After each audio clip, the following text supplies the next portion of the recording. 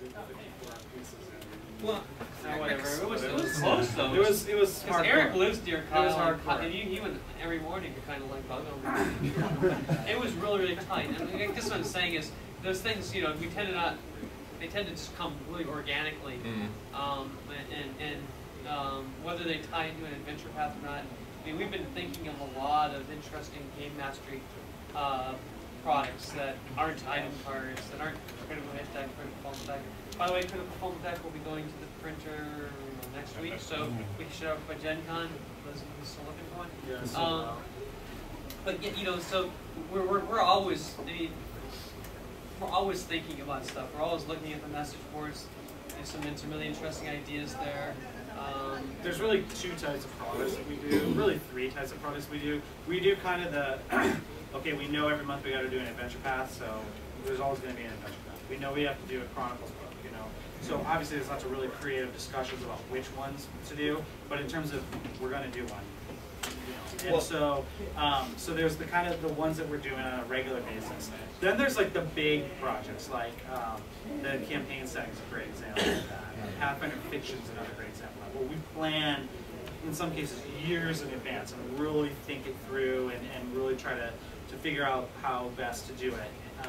And then there's products that's just like, hey, we should really do this. And then you kind of say, well, okay, but if we're going to get that out when we should, I got to solicit that like tomorrow. And then Lisa will go, but isn't it a great idea? And I'll go, I like the face cards. Yeah, and then, you know, and so sometimes the opportunity sort of overwhelms the planning.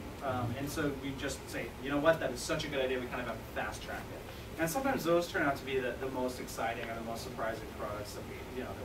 Well, I just thought of one because I also like the whole Asia theme, but like a board game with a similar tie-in for Asia. I don't know what part of Asia you're thinking. I mean, but board games are hard to work in. There's been 3 adventure paths we've tried to make a board game tie into that just never worked out.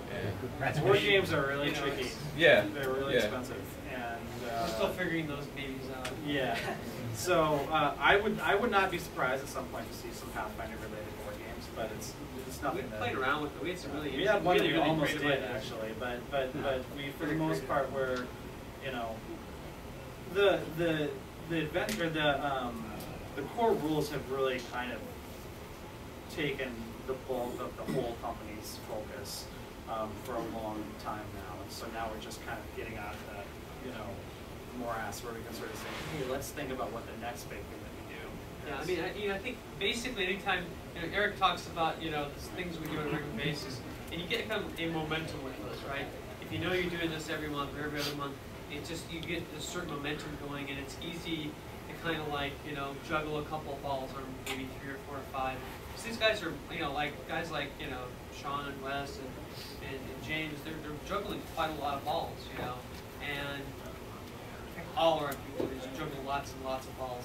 And so when you throw interesting, weird balls in, all of a sudden everything, it kind of like upsets the apple cart a little bit.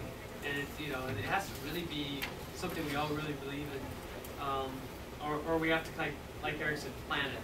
It's going to be something we have to plan it so that, you know, it's kind of like when you're juggling, you know, you wait for that moment. Okay, now throw the ball in so it's not going to upset the apple cart so much. So, you know,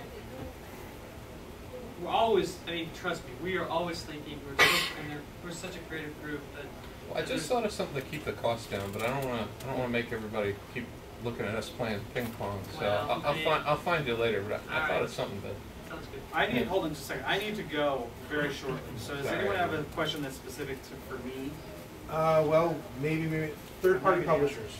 Third-party publishers. Is there anything new on that? Other companies that we know? There is a list on Paizo.com. Have you seen that? Yep. Of all those guys. We sent them black and white printouts of the core rulebook a couple of weeks ago, and we're just starting to get some feedback from them. Mostly just sort of astonished gasps. I don't know that there's been tremendous movement. Can you think of anything, Vic, on the third-party front?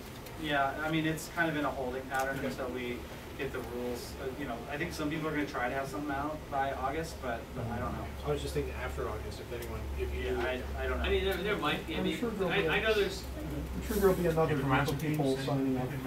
Necromancer's already on the list. They basically announced the Total Fours. Clark was supposed to be here, but he had another engagement.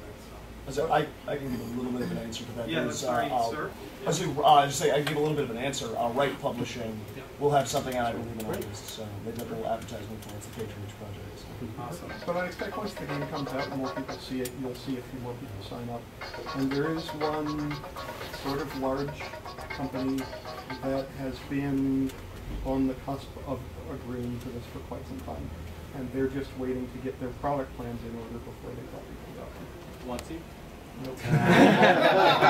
I can't say it. Give them 8 months. That one's so secret. I don't even know who it is. We take probably one more before I got to run reviews of the next one. Yeah. What about a giant super module? Box set. Oh, come on. You know, it's just you know you want to. basically there's probably nothing you guys can think of that we haven't talked about. You know we'll buy it. We've talked about giant super modules. We talked about high-level giant super modules. We've talked about just about anything you can imagine. Here's the one problem: is that again, it's not part of our normal rotation. Thing. So then it's like, well, how do we do that? Do we not do if we did like a 128-page super module, let's say, do we not do four normal modules to fit that in? If we do that, then it's like that's 8 months without a regular module. So that's it's the people with subscriptions. What happens? There's lots of things. Plus, it messes up our pricing models and stuff. And I'm the person that has the budget sheets. And so Erik comes to me and he says, "How much can you?" I want to print this on gold leaf. It gets really complicated. So I know we've been playing around with it. Someday someone's going to have an amazing idea, and we're all going to go, "Oh, we got to do that." And then we'll figure a way to get it done, and it'll happen. But it's just, again, it's one of those things where it's like, we keep tossing the ideas, and we, about I'd say every 3 or 4 months we bring this one gets kicked back in we have a weekly meeting with the whole editorial department where we throw ideas around, and Erik or James brings up a topic, and we debate it. We get all these brains talking about different things. It's really, really fascinating.